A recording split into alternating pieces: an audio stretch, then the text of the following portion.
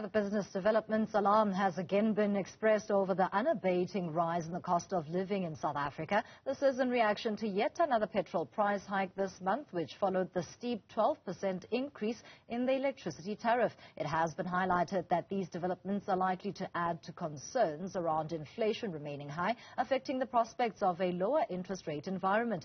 Debt Rescue's Annenaline speaks to us about these dynamics. Thank you so much for your time, Annenaline. It's the vital basics that continue to rise. What then becomes the view of affordability as a status of the South African individual? Good afternoon. No, good. The reality is exactly as you've just explained. Us as average South African consumers are feeling the onslaught from all directions because we've got CPI, which is affecting our cost of living on our basic goods that we are buying, electricity hikes, fuel price increases. It's just coming from all angles, and it's definitely affecting affordability. It's affecting people being able to put food on the table without looking at credit. So very, very dire out there. Is it then changing spending patterns as we've seen this dwindle in household expenditure over the last couple of months? Definitely. It is changing spending habits because, and we've been monitoring and doing research on this specifically since before the festive season to try and get an idea of where are consumer priorities when it comes to spending. And, over the festive season, they already indicated dramatic changes in budget, in habits of spending, etc.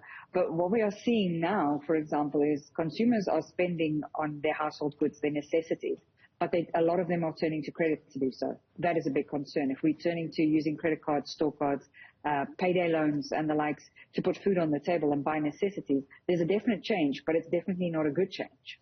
Definitely not a good change, and there must be a distinction that we draw between what could be good and bad borrowing, particularly at this time where consumers find themselves cash-strapped and maybe in crisis mode. Absolutely, and you can fully understand why consumers are doing this because the majority of them have no alternative.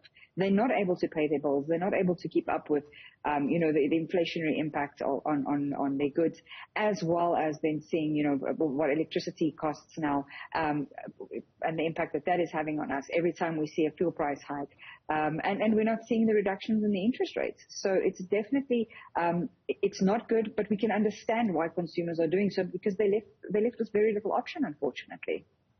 How then do we answer questions around whether there should be a measure that is used to buffer consumers? I ask this question in light of an election year and expectations with regards to maybe the likes of a fuel levy or maybe a stay in the levies that we see every single month when it is determined around fuel prices.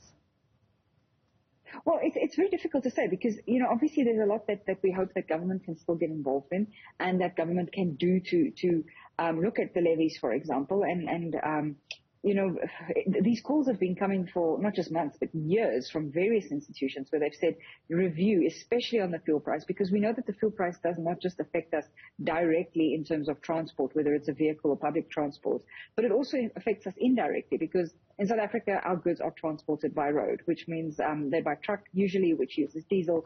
Fuel price affects the transport, which means inevitably as consumers, it's going to affect us because the prices are going to go up. So absolutely, I mean, it's a necessity that this gets reviewed. And like I say, the calls have been there for an incredibly long time.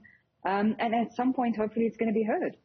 That domino effect that you just explained, Annenaline, around fuel prices and the costs then translating into the consumers' pockets, could the same argument then be used where electricity tariff increases are concerned?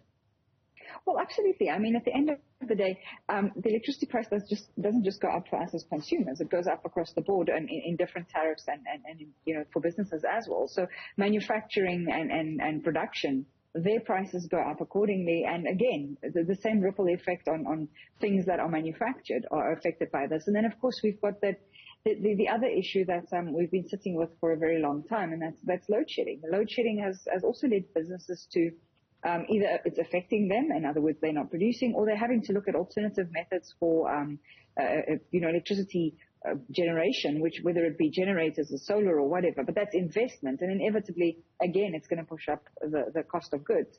So definitely, same effect, just from another source. As a parting shot, when consumers find themselves in a sticky situation, how soon does one determine whether they need assistance from the likes of Dead Rescue and other items and elements that are there and designed to assist consumers in this country? Well, I think it's fundamental that, a consumer has to go and do his planning, and unfortunately it includes that horrible B word, budgeting. But the moment you've done your budget and you've done all the changes you possibly could in your expense section, and you've cut down, you've revised, you've reviewed, and you still cannot afford your minimum debt repayments, that most likely means you're over indebted. And that is when you need to consider, speaking to a debt counselor to assist you, to give you that legal protection and give you that ability to pay your living expenses without having to incur debt and ending up in a debt spiral, and pay your debt in a more affordable manner. So sooner rather than later. But yeah, it's definitely fundamental that a consumer, sits and does that budget. Thank you as always for your contribution. Annenaline is with Dead Rescue talking to us about their latest comparison on the rising cost of living in South Africa.